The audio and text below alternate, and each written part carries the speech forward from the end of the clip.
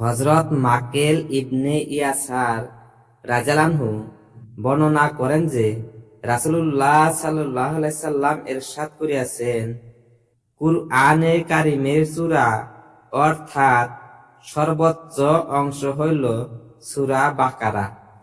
উহার প্রত্যেকের সহিত ৮০ জন ফেরেশতা অবতরণ করিয়াছেন।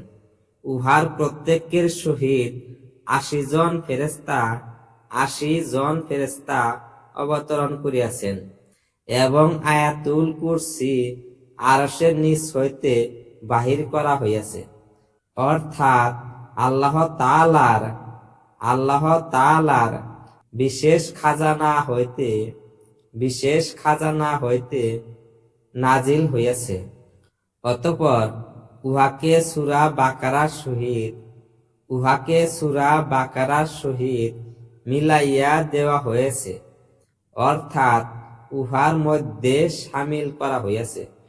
হাদিস শরীফে সূরা বাকারাকে কুরআনে কারীমের সূরা সম্ভবত এই জন্য বলা হইয়াছে যে ইসলামের বুনিয়াদী উসুল আকীদা সমূহ ও শরীয়তের হুকুমসমূহের